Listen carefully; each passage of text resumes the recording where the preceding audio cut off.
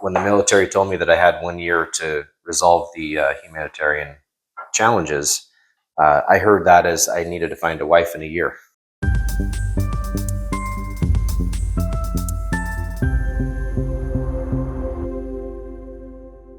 Hey everyone, thanks for joining me. My name is Reesa and I'm your host.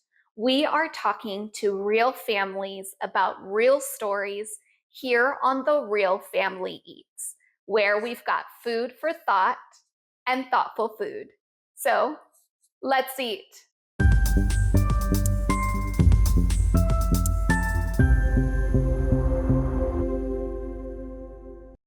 Hey everyone, thank you for joining us today. I'm so excited. We have John here to chat with us. John, thank you so much for being a guest on the show today. Definitely. Thank you. Yes, Thank you. absolutely. I'm so excited to hear about your story, also this recipe. But before we do that, for anybody who doesn't know you, could you introduce yourself for us? Absolutely. My name is John Bacon Gilbert. I'm a licensed marriage and family therapist. I have a practice in San Diego as well as Marietta. And I'm just really excited to be able to have the opportunity to help couples as well as individuals with challenges they're experiencing. Wonderful. So shameless plug section for anybody that might need your services. In San Diego, Marietta, do you also do virtual as well? Absolutely, yes. Okay, so all of California? Yes. Wonderful. So how could somebody find you or any of your socials? Right. Yeah. So you can find me on Instagram, Couple Connection SD.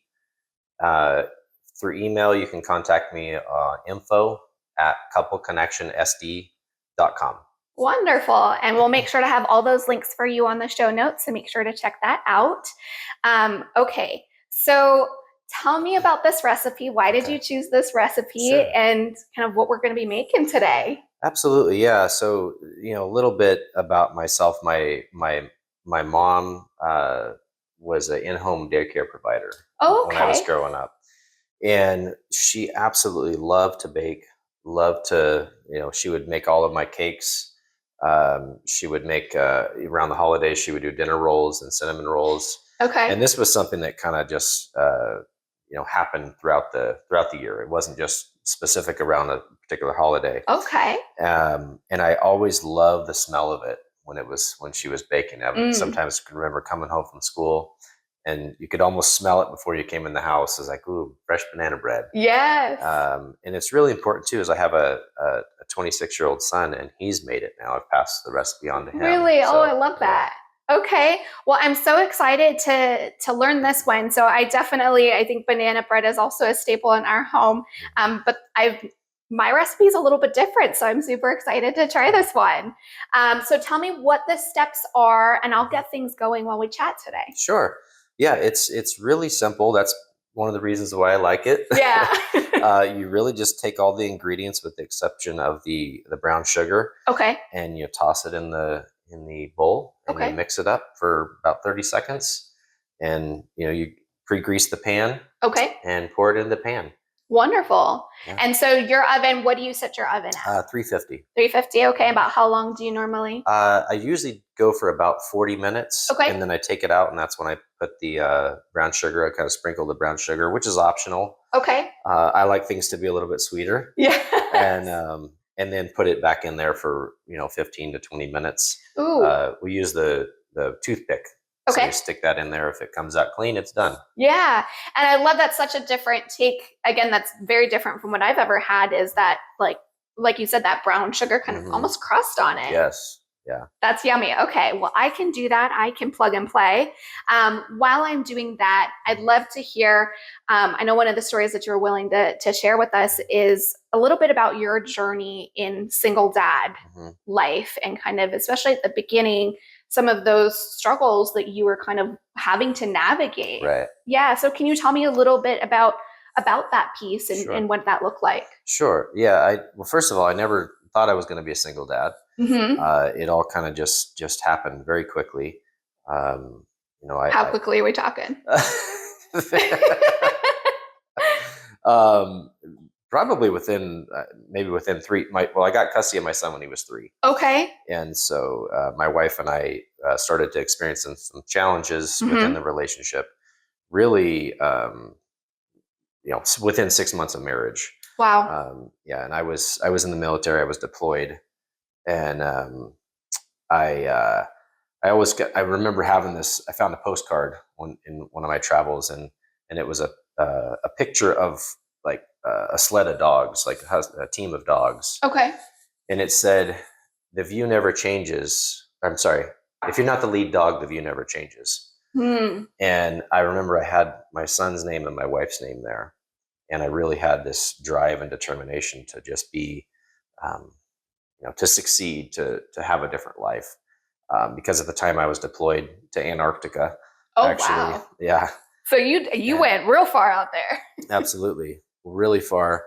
And so when I came home, that's when from my deployment, that's when we really started experiencing some challenges, Mom.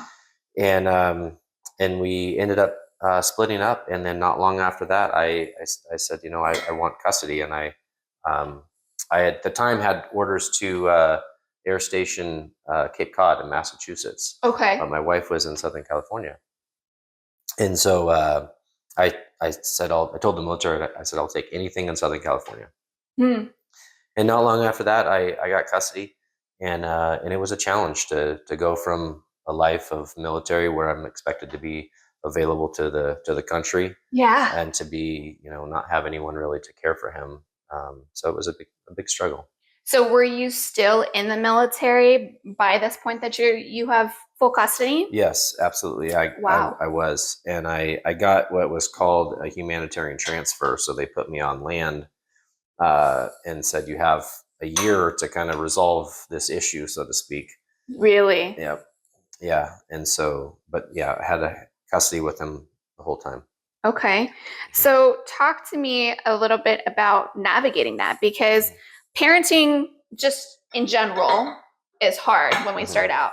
Now you're adding on not only one but several layers Mhm. of things that are a challenge. And so I'm really curious kind of what did that look like for you and kind of what was going on for you mentally Mhm. even. Yeah, I think one of the things that's important to recognize, my son was born in '97, Okay. and uh, times have changed a lot. I'm a therapist today. I have a different understanding about what a relationship looks like, but at the time, I really had the sense that my job was to be a provider, and so I Okay. wasn't really deploying a whole heck of a lot of emotional support. Hmm. And so I had, my main focus was being a provider. And so when the military told me that I had 1 year to resolve the humanitarian challenges, I heard that as I needed to find a wife in a year. So Really? I needed somebody to help me with that process. Yeah. And I rose to the occasion, because again, I was focused on being the best father I could, and part of that was, you know taking a sacrifice if I needed Hmm. to provide somebody in his life that could help shoulder the burden with me. Yeah. Can you tell me a little bit more about how that narrative kind of came about for you? Like you said that when you heard, you've got a year, it was Hmm. a year to find somebody else Right. kind of in that position. Can you talk to me a little bit Hmm. more about that? It was absolutely 100% rooted in my necessity to provide. Okay. I really enjoyed being in the military. I didn't make a whole heck of a lot of money, but that was the most money I had made in my life at that time. Hmm. And I really saw it as a source of stability, Okay. that I would be able to provide medical insurance. I'd be able to provide, a secure environment. And so that's really the mindset I was in, was like wanting to provide stability, and give him as much of a safe space as he could have. Yeah. And Yeah. so it sounds like in that mind frame, going back and like you said, being able to go back into the military and Hmm. provide in that way was kind of how you saw it Absolutely. needed to go. Right. Right. So walk us through that. Is Sure. that how it went? How did that kind of work out? Not exactly. Not Okay. exactly. No, as many people could probably imagine, a marriage that starts out with that kind of pressure. Hmm. There was a lot of pressure on it, and it didn't last very long. Yeah. However, I ended up getting stationed on land, Okay. and so that kind of removed that necessity to have somebody there. So I was a a single father for quite a few years. Wow. Yeah. Was that difficult to shift that? Because if, as you're mentioning, so was the next partner still in the picture during those years, or were you doing that kind of all solo? Wow. Yeah. No, that next partner moved back to her hometown. Got it. So, I mean, what was that like for you to kind of have that shift? You're going into it with like that mindset, as you mentioned, kind of provider, and now you're having to kind of put on multiple hats, I imagine. Right. Yeah, it was a challenge. It was a challenge because I'd like to believe that when we turn 18, that suddenly we get a new program downloaded in our brain that tell us when to be, how to be an adult. You're an adult now, and then you have a child. Okay, you're a parent now. Yeah. I didn't get that download. I don't know if Apple missed it somehow. Wouldn't that be nice though if we got one of those every time we had a new life transition? Right. So it was difficult. It was. I have this joke that when he was born in December, and I have this picture of me holding him next to the Christmas tree, and people see it and they say, "Wow, it's like a baby raising a baby." And I was like, "Exactly." Wow. So it was really challenging. So I really consider my son to be my best teacher. He really taught me a lot about life, about how to be a parent, how to show up differently for him. So it was really learning the process. He was my teacher. Is that an insight that took you a while to get to? A long time. Yeah. Yeah, I wasn't thinking that at the time.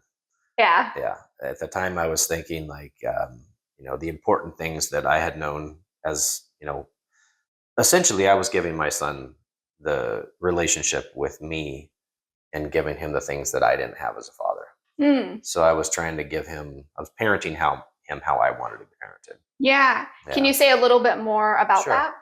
Yeah, absolutely. I grew up loving all sports. I especially loved baseball. Okay. And from the earliest age I could remember just begging my dad to come out and play catch with me. My dad had no interest in sports whatsoever. I distinctly remember him oftentimes saying, "Not now, son, I'm busy." Wow. And I remember being about 13 years old, tears streaming down my face because I just wanted to connect with my dad any way I could. And I said, when I have a child, it's going to be different. You said that even then? Out loud, yeah, at 13. Wow. Yeah. And I remember when my son came, I really felt this sense of like, okay, I'm going to prove this. And so when my son was really old enough to stand, I had a wiffle ball bat in his hand and throwing him wiffle balls in the house. Coached him all through Little League. We won a couple of championships together. And when he was 12, he said, "Dad," he says, "I don't like baseball, you do." Wow. Yeah. And did that hit hard? It continues to hit hard. Every time I see it, I could feel chills right now. Wow. Saying that, yeah, it really hit hard. And that's what I mean by like being a teacher, that I realized in that moment that I had left my son feeling the same exact way my dad left me feeling, because my son wasn't interested in baseball. Yeah.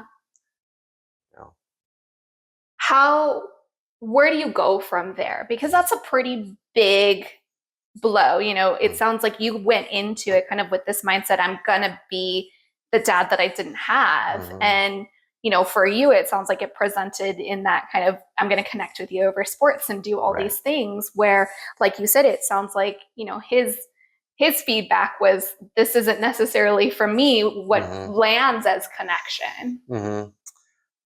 Absolutely. Yeah, it was a big eye opener. One of the things I had always made an effort to instill in him is that we don't quit.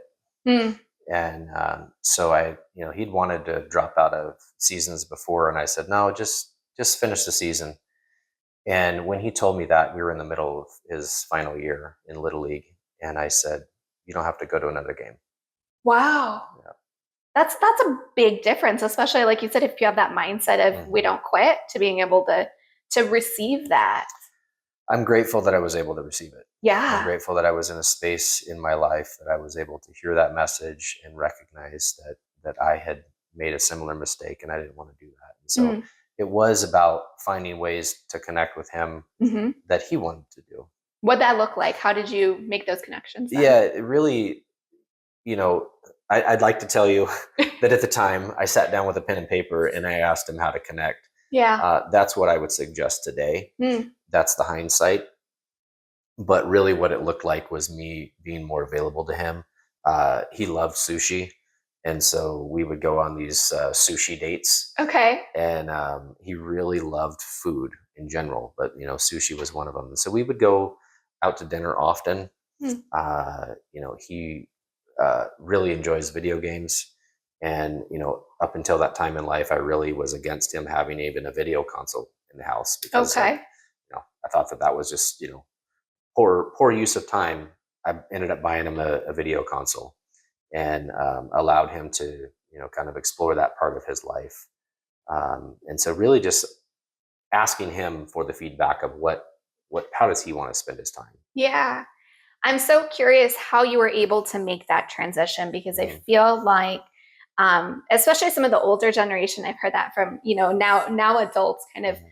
with this idea that asking for feedback or even being open to the idea that children can teach us Mm. as adults is such a hard concept for Right. some people to be able to accept or be open to. And so I'm Mm. so Mhm. curious, like for you and your journey, how did you get to that place to be able to kind of almost have the humility, it sounds like, to say those things? Yeah, interesting choice of words. It was humility. It Yeah. truly was, and it again. I didn't feel that at the time. Mm-hmm. I really felt broken. I really felt broken because like everything I had thought, I mean, mind you, when I had my son, I went to parenting classes. I'm 21 years old going to parenting classes. Wow. Really, really sought uh, understanding Mm-hmm. and wanting to have be able to set that intention for him. So it was really. I just realized I forgot your question. Yeah, just how you were able to get to that place of humility. Yes, yes, yes. Uh, I would say that it's probably through one of the things that we haven't talked about was my struggle with alcohol. Okay. And right around that age, he was about 10 years when I stopped drinking alcohol. Okay. And so this was when he was 12. And so I had not been drinking for a little while and had gained more humility through that process. Wow. That, it's always been a challenge. One of the things that I've really struggled with is asking for help. Hmm. It wasn't something that my dad or anybody ever said, don't you dare ask for help. It was something that I think was just implied, and I took it. Yeah. Yeah. For you, what were some of the ways that it was implied? Because I think that's such a key piece that I'd Mm-hmm. heard so many parents ask for, that we kind of Right. get into this tunnel vision of not asking for help. Mm-hmm. Yeah, that's a great question because I really I think some of the things that my dad would do, I do remember asking for help, Okay.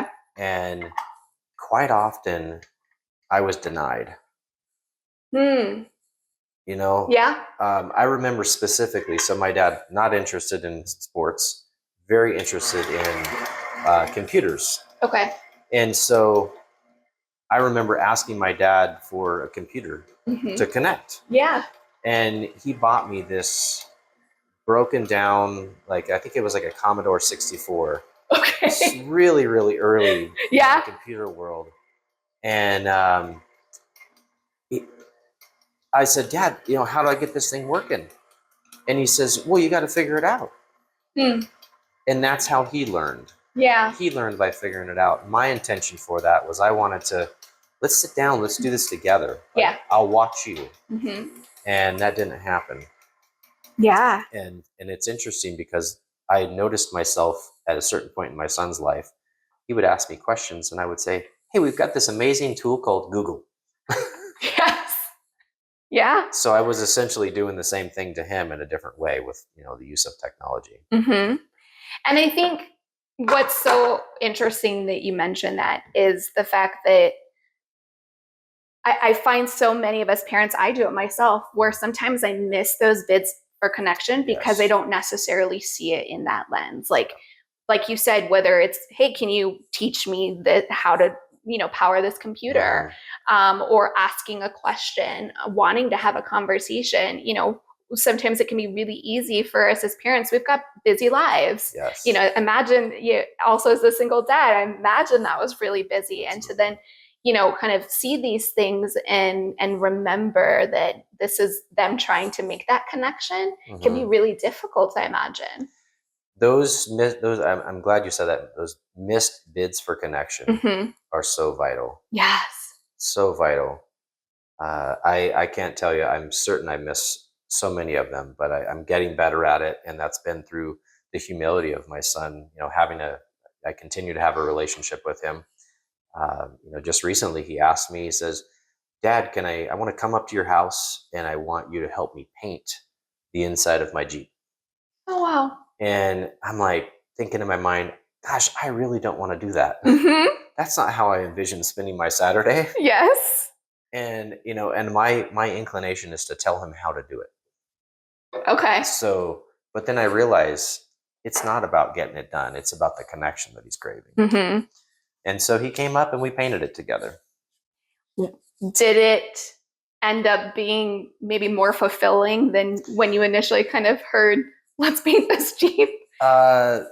Definitely. Yeah. Definitely. I think definitely for him more so than me. Okay. I have a 2-year-old son as well as him, and so I'm kind of feel almost pulled in two directions, like having the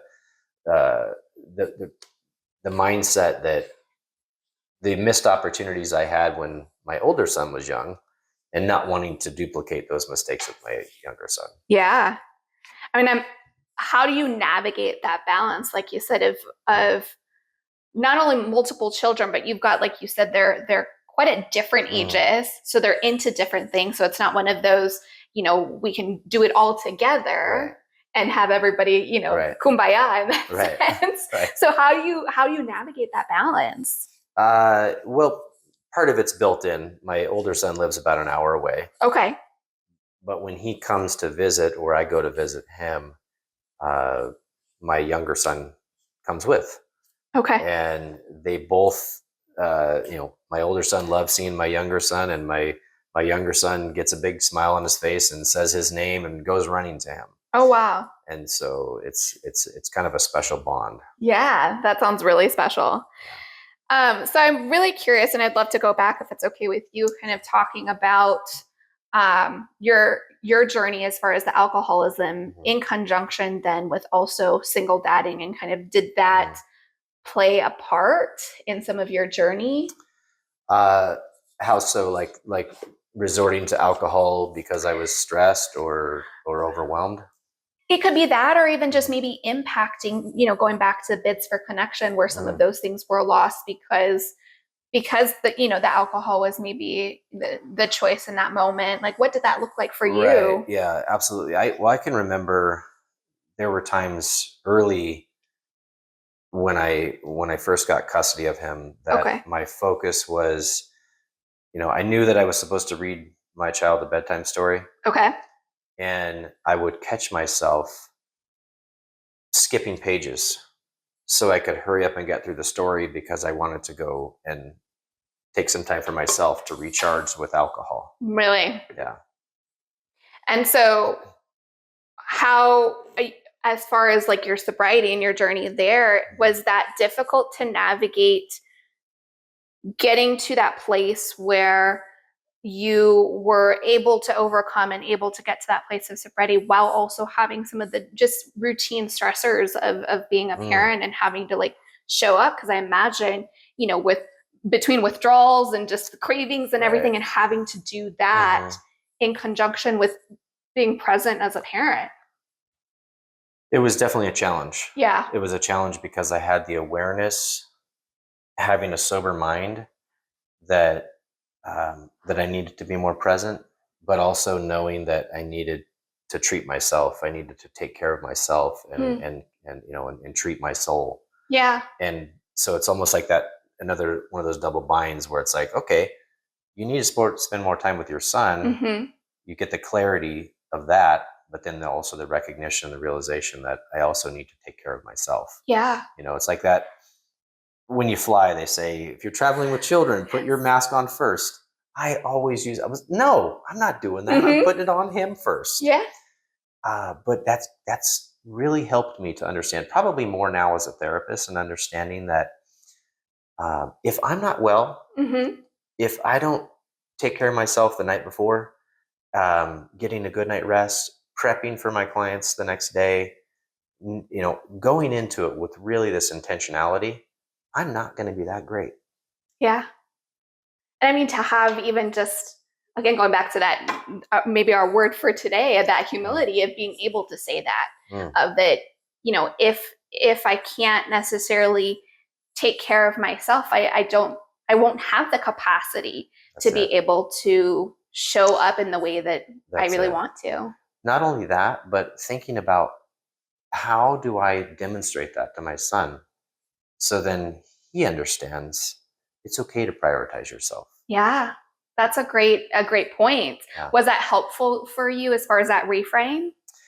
It was, and he's doing a great job with it. I'm already reading books now to my son, my younger son. That one of the lines in the book says, "It's okay if I hurt someone's feelings when I say no." Yes. What a concept, right? Right.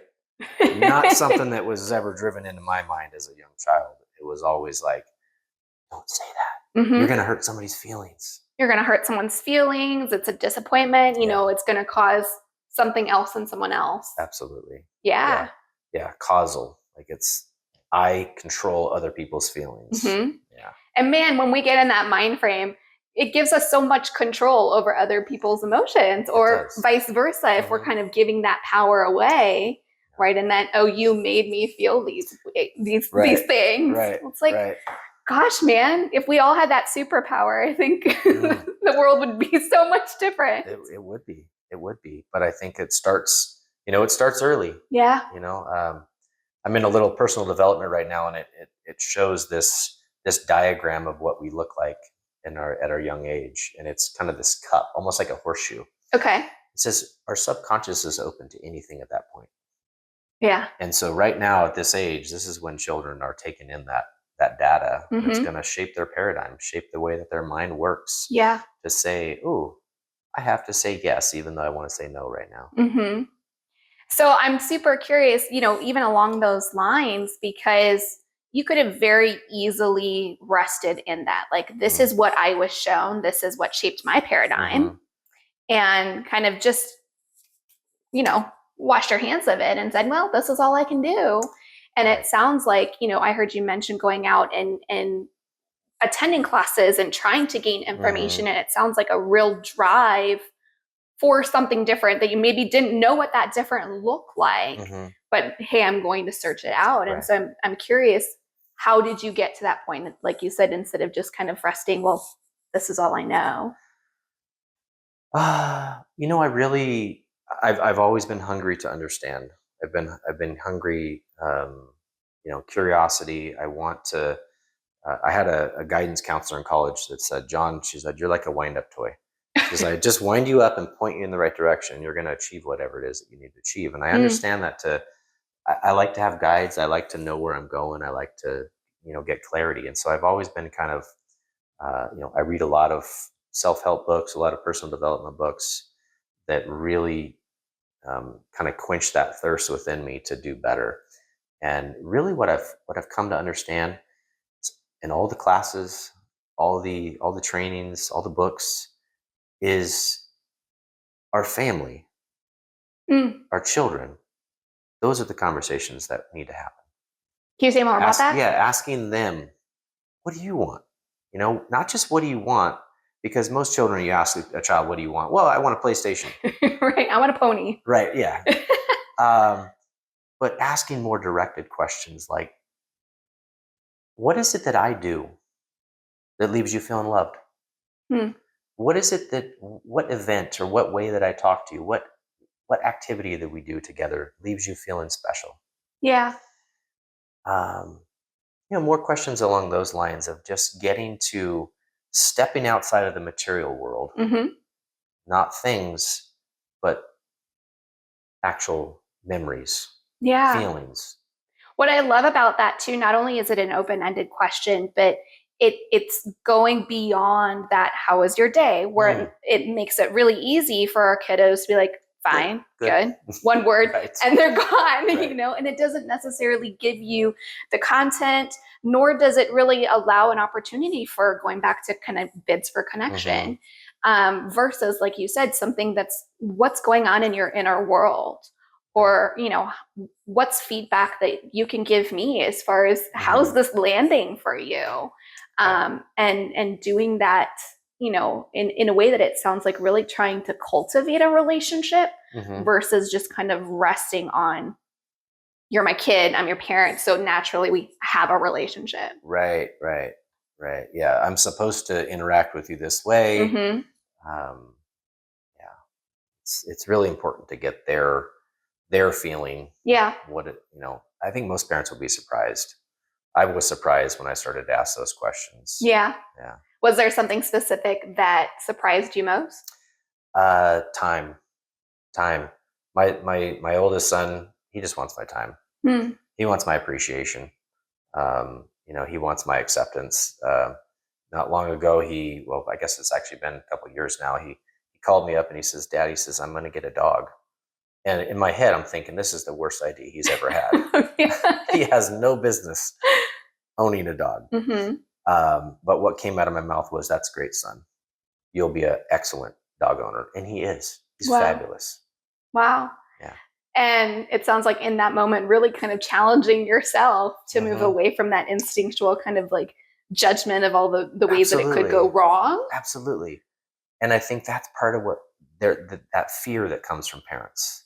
You know, I could remember I think I was about 13 or 14 years old, and I told my mom, I had a drafting class in junior high. Okay. And I came home and I said, "Mom, I want to be an architect." My mom had always told me, "John," she's like, "you can be anything you want to be. Just whatever you put your mind to, you can do it." And when I told her that, she said, "Ooh, it takes a lot of college, and you got to be really good at math." And I was terrible at math. Yeah. And that was really, I think, the first time I had ever heard of college. It wasn't something that was discussed in our household at all. And that just kind of like smashed it down. Oh, yeah. And I've recognized times when I've had conversations with my son about that. And he says, "Oh, I want to do this or I want to do that." And my inclination is to protect him from being disappointed. Yeah. Yeah. And I think I love that you said that, because oftentimes when these things happen, it's not that we're going into it as parents with this like evil mindset. I want to like bash my child's dreams. I don't think that I've really ever met a parent that would say that. But that often it does come from that place, like you said, of trying to protect. And it doesn't necessarily land that way because, you know, we're human, we're individuals. And, you know, that I think there needs to be that space for curiosity. There needs to be that space for possibility. Absolutely. Yeah. I always joke sometimes with my couples that come in, I say, I've never had a couple come to me and say, "John, we just had a newborn baby. Can you help us screw them up?" Yeah, absolutely. But my office is filled with people who had difficult childhoods, who were misunderstood and weren't treated the way they wanted to be treated. Yeah. That's why I really love kind of, again, you taking it back. And I think that's such a great little nugget of taking it back to the kiddos and really getting that feedback and having that open dialogue instead of looking at them as, you know, your subordinates. No way am I going to take your feedback. You know, you're a kid. What do you know? I feel like it's so easy to kind of get trapped in that mindset, but really to have a conversation with them, and a respectful one where they're getting to see that, hey, like, if my parents think I'm worth asking my opinion, you know, talking to me like a human, gosh, what does that mean about when I go out into the world and what I deserve? Right. Yeah. I mean, I was raised in the era of children are to be seen and not heard. Yeah. And I was spanked. My mom broke many wooden spoons all over my butt. The very wooden spoons that we're spinning with right now. Yes. Oh yeah, I know the wooden spoon. Yep. And really what that, I really feel like it crushes a lot of creativity. Hmm. It really smashes down that part inside of me that says, what if, why not me? Yeah. Yeah. Yeah. I could remember early in my life, we would drive from California to Oregon to visit family. And my dad's objective was to get there as soon as we could so he could brag about how quickly we got there. Yeah. And, what that was like for me was, hey, Dad, I got to go to the bathroom. Hmm. Okay, couple more exits. And then 10 miles, 15 minutes down the road, Dad, I still got to go. Yeah. Okay, hang on, next exit. And what that taught me, I didn't have this conscious thought then, Hmm. but what it taught me when I reflect on it today is my word means nothing. Wow. Yeah, I'm not valued. It means nothing. Hmm. And it's hard. That's a I wouldn't say it's a constant battle. It's a battle that I'm gradually overcoming, but it's still there. It's Yeah. still in my mind that says, am I really worth it? Hmm. Yeah. And again, I mean, I think that's a perfect example where it doesn't necessarily have to be something huge, Mm-hmm. kind of life altering, where you look at it and you go, "Oh yeah, Right. that's where it all went wrong." Yep. It could be something like you said, where it's that subtle kind of, I've got my mind elsewhere, and I'm not necessarily listening to the little ones in my car. Exactly. In this instance, and what messages does that send to them, Mm-hmm. even the really little ones that could become very big pieces of your core beliefs about yourself. Absolutely. Absolutely. Yeah, that is, you nailed it. Yeah. Mm. I'm so curious when you kind of made that shift, kind of going back to that self-care piece, and Mm. was there a particular aha moment that you were able to kind of move from maybe, resting on some of these ideas to being able to say, I am worth it? Mm.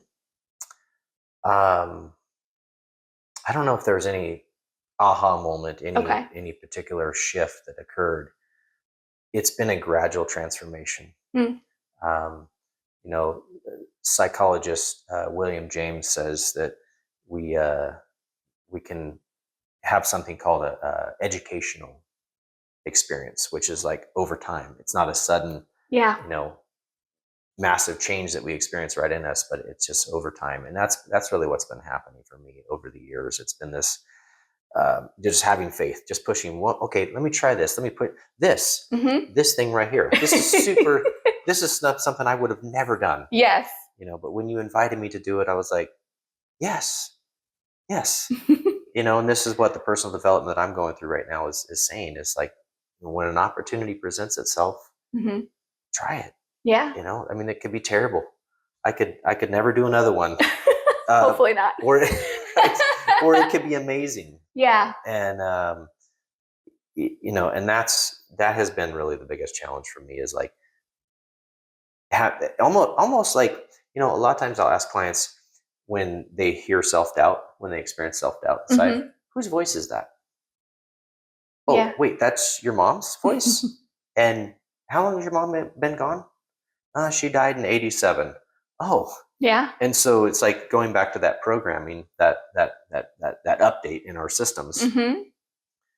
The parent that installed this idea inside of our head that says we're not worth anything, we've long since dismissed anything they've ever said. We may not even talk to them, Mm-hmm. but the program is still there, that we're not worth it. And we continue willingly dragging that with us. Right. Oh, this bag, it's so heavy. Mm-hmm. I'm just worthless. Put it down. Yeah. And I think just remembering that idea that even no choice, right, is you making some sort of a choice. Mm-hmm. And so being able to kind of figure out, well, in this moment, what choice do you want to make? Do you want to keep, like you said, dragging it around? Right. Or are you ready to put it down? And really, again, you may not know the how to. We may not have the instruction manual because we don't get one. There are resources, there are ways to kind of at least try to start figuring it out. And like you said, it may not be like an overnight switch. Mm-mm. And it sounds like even having some patience for that, maybe a little bit of compassion for yourself as well. That it is a journey, that putting, it sounds like, kind of one foot in front of the other, and really starting to walk differently. Right.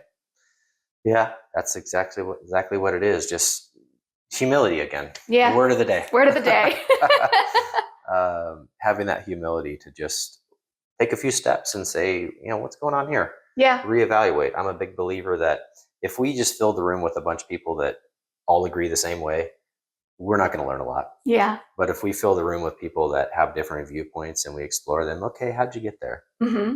And combine them, we run the risk of learning a lot and growing. Absolutely. And I think what I really liked about what you said there is that what's going on here, really taking a look at it from that place of curiosity. Again, another word of the day. I should just, this episode sponsored by. But, that curiosity of what is going on here and doing it in that way of not judging it already before it's even happened, right. But really kind of saying, hey, I'd like to understand more. What's, even if it's emotions, like what is this emotion trying to tell me in this moment? Right. Yeah, you're exactly right. And we change our minds. Our, everything changes. Yeah.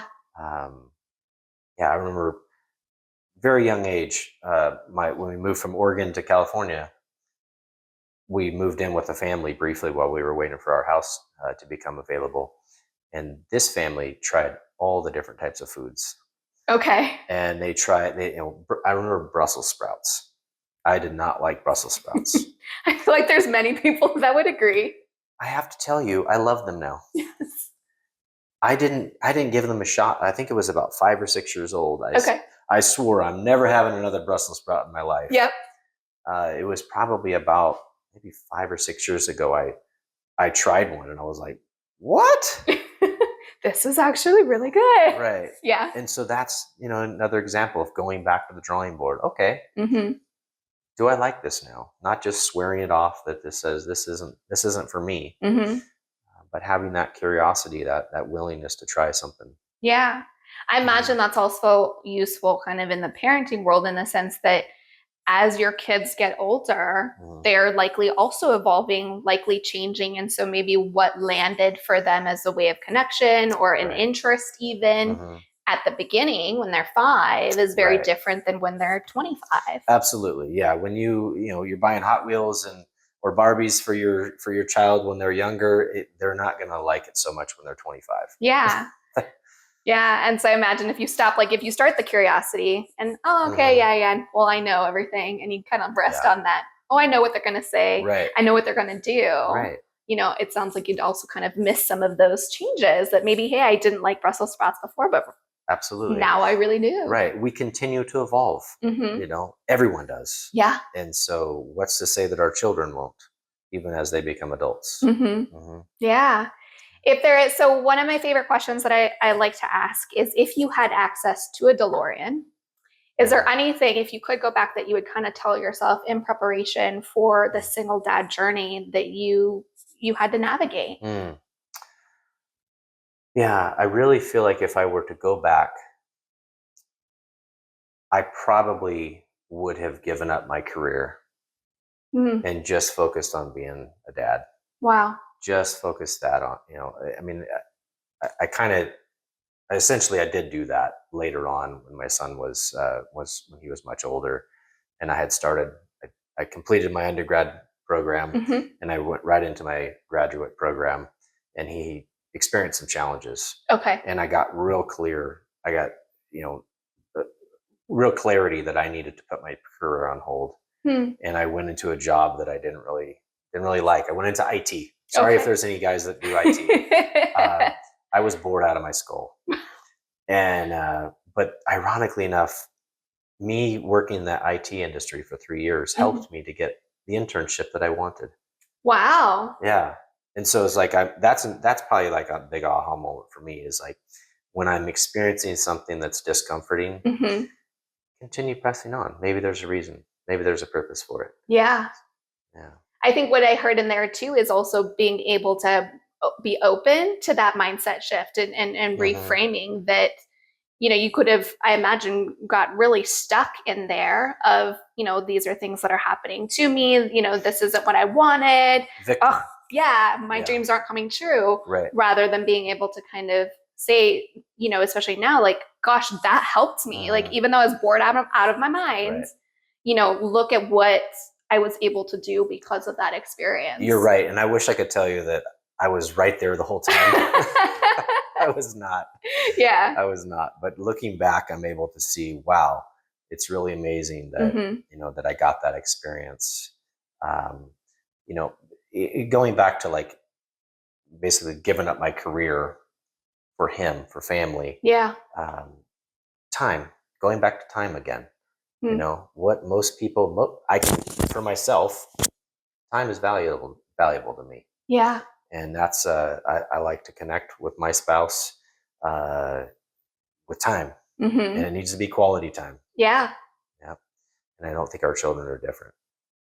And I think that's such a good reminder that, like you said, that our kiddos are just that they're human too, and they're not necessarily any different than us. And just so a smaller version. Just a smaller version. They may have, it may come out differently, but it's not necessarily at the core of it.